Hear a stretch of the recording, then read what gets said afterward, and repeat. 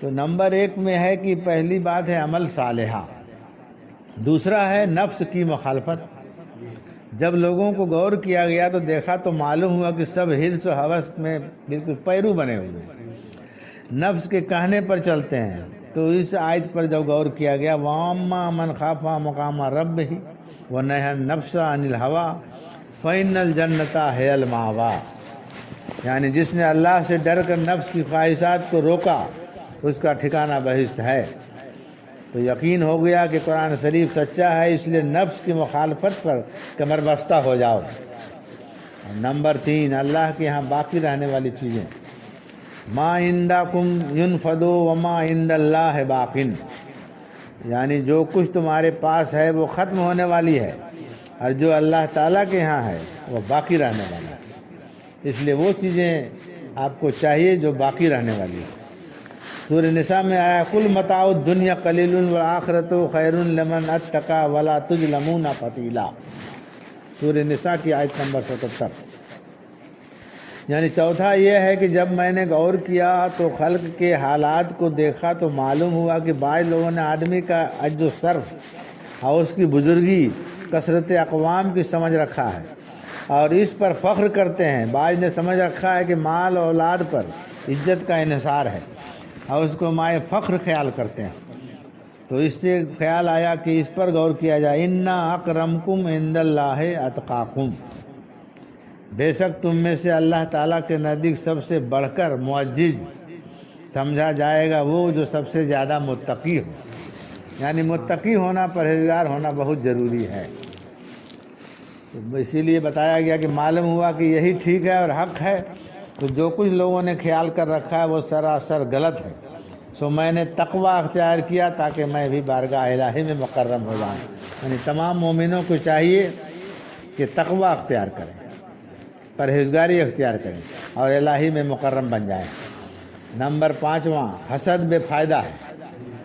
یہ کہ میں جب ہم لوگوں نے دیکھا، مومنوں کو دیکھا گیا ہے کہ غور کیا تو معلوم ہوا کہ ایک دوسرے کو محض حسد کی وجہ سے برائی سے یاد کرتے ہیں، اور حسد بھی مال، مرتبے اور علم کا کرتے ہیں۔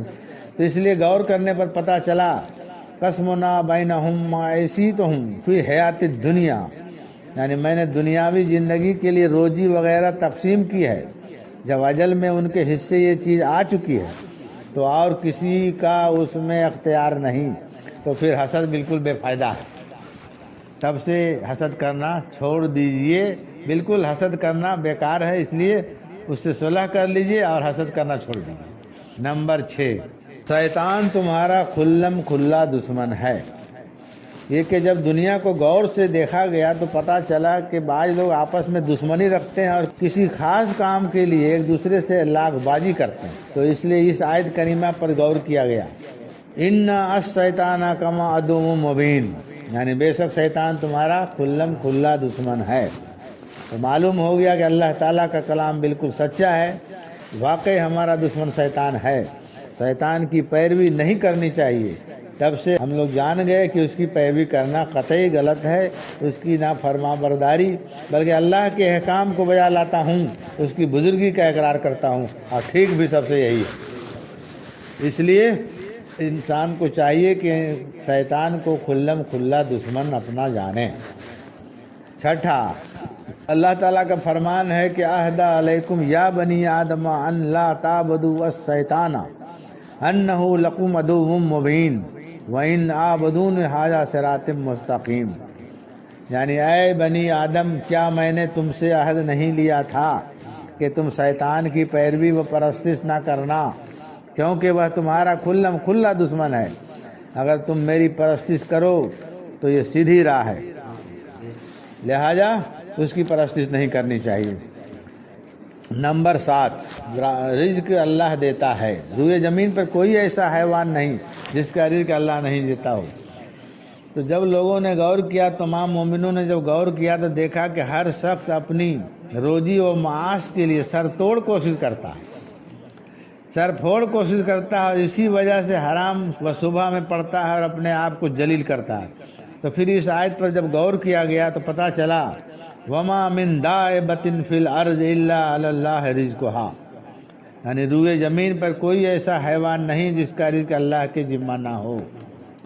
تو سمجھ میں آیا کہ اللہ کا فرمان بالکل حق ہے، تو ہم لوگ بھی تو ایک حیوان ہیں۔ تب سے میں نے اللہ تعالیٰ کی خدمت میں مشغول ہو گیا ہوں، اور مجھے یقین ہو گیا کہ میری روزی وہ بل ضرور پہنچائے گا، کیونکہ وہ خود وہ اس کا ضامن ہے۔